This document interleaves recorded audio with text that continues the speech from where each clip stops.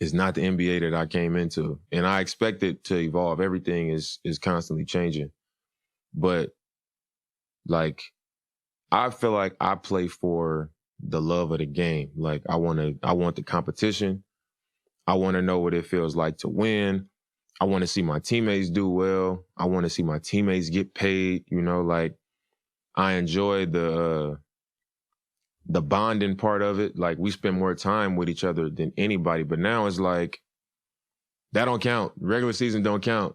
Get a ring. You know what I'm saying? Like this guy's the MVP. This guy did this. He the first. It's like, bro, what is this stuff? Like, what is this? You know what I'm saying? Like, I don't want to make it about my situation, but I was talking after a game like a week ago, and I was just like, they was asking me about Dame, but like to win a ring, and I'm like, bro, I don't need to prove to y'all that I want to win a ring. Why the hell do I play? Like, I don't need to prove that to y'all, but we cannot keep acting like, while I understand we play to win championships, we all want to win a championship, we can't keep acting like nothing matters. Like the rest of the stuff, the journey doesn't matter. We can't keep doing that. You know what I'm saying? So I feel like there's so many ways that the league is different. There's so many ways, and I think about it all the time where I'm like, man, I don't know if I can just play a long, long time. Is too much emphasis, Stephen A., put on Ray? Is there credence in the argument Dame was making there? Well, first of all, there's always credence in any argument that Damian Lillard makes. He is a superstar caliber player. He is an absolute future Hall of Famer. One of the greatest guards we have ever seen in NBA history. This brother is something special. And on top of it all, he's gotten paid very, very handsomely. He's made over $500 million in his career on the basketball court in terms of contracts. And his loyalty to the city of Portland, his commitment to staying there and not jumping on board and trying to, join some loaded roster. In a lot of people's eyes, is to be commended. And he's entitled to his opinion. He doesn't enjoy it. Fair enough. But this is a guy that I've known for years, and I would challenge, very, very respectfully, I might add, I would challenge what he's saying to some degree by retorting with this. It depends on the individual. It depends on the situation. In Damian Lillard's case, he has a right, guys, to hold the position that he's held. We don't look at the Portland Trailblazers and say, Damian Lillard didn't get it done. We look at them from an organizational perspective. We wonder and contemplate what they've surrounded him with, and we say, okay, you're good, but you're not good enough. You're in the playoffs a majority of the time. You've been to a Western Conference Finals or two. You've been a superstar in this league, and you refuse to jump ship to jump on board with other superstars. Fair enough. And clearly you've made a conscientious decision, because I'll be damned if I know any superstar that's looking to go to Portland in free agency. You don't draft them and don't breathe them as your own. It's just not going to work. They're not coming to Portland. They're just not. And I've said that to Dane on several occasions in the past. But you also have to take into account the amount of money that players are making. And there are times, not with Dane, but there are times where you wonder about people's commitment. I'll give you a perfect example, Wendy and Doggy. And he'll probably be upset about this. He'll have to get over it because it's just the truth. Russell Westbrook has never cheated us with effort, ever. Every time he goes on the court, he's trying his best. You've never once looked at Russell Westbrook and said, there's no effort there.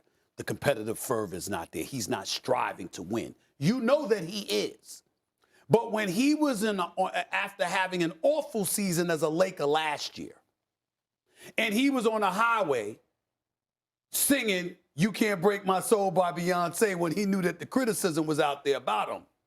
Well, basically, it was like, yo, I got mine. When you were in Washington and you were telling folks, I don't care if I win the championship or not, I'm going to be all right. That doesn't fly. Because what happens is that, and by the way, I'm just using him as an example. There are a plethora of other examples, other people who have said stuff similar. Again, not in any way accusing Russell Westbrook or any player that did what he did of not caring.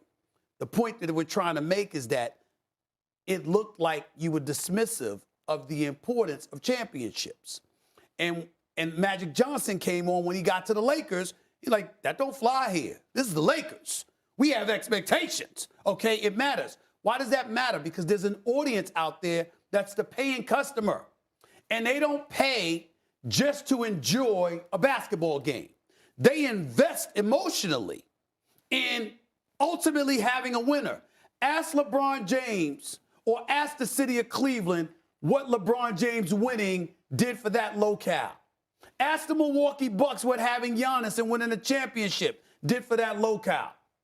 Ask the Kansas City Chiefs in football what winning a championship did for that locale. It means something. And if you're Dame and you wish that people wouldn't invest so much energy in that, then basically what you're doing is asking them to then step back, quell their emotional fervor, and be like, yo, if you don't win, it's okay. At least we were entertained. Fans ain't built like that, especially in this day and age, because especially when you're getting paid, what you're acknowledging is you're above the typical, you're above the fray. You can expect more from me because I have the ability to deliver. And when you do that with fans, they're going to say, okay, deliver. And when you don't, they're going to let you know about it. Floor is yours.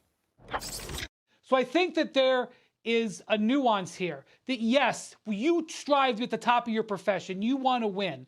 But there is also a striving to be happy in the NBA.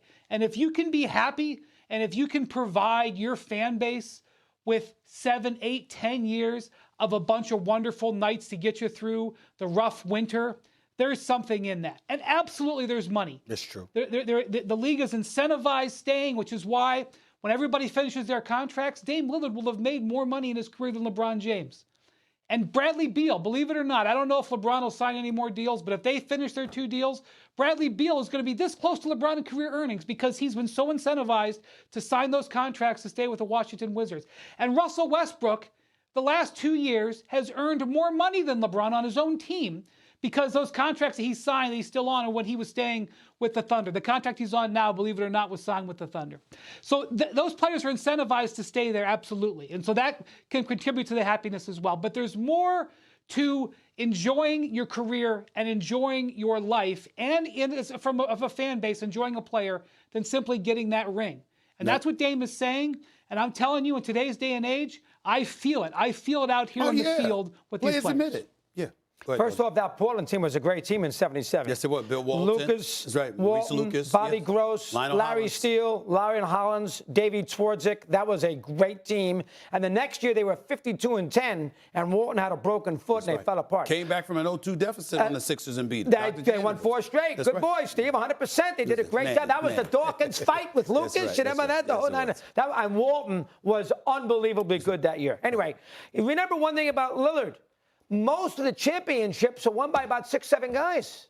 Jordan's got 6. Russell's got 11. Kobe's got 5. LeBron's got 4. Most of these Mikan had 4. They've been around for 75 years. I'm sure there's about 10 guys who got about 7 or 8 of the championships. So you got to keep that in mind. Not everybody wins. Oscar didn't win in Cincinnati. Jimmy Butler hasn't won a title yet. Sidney Moncrief. You know how good Moncrief was with the Bucks?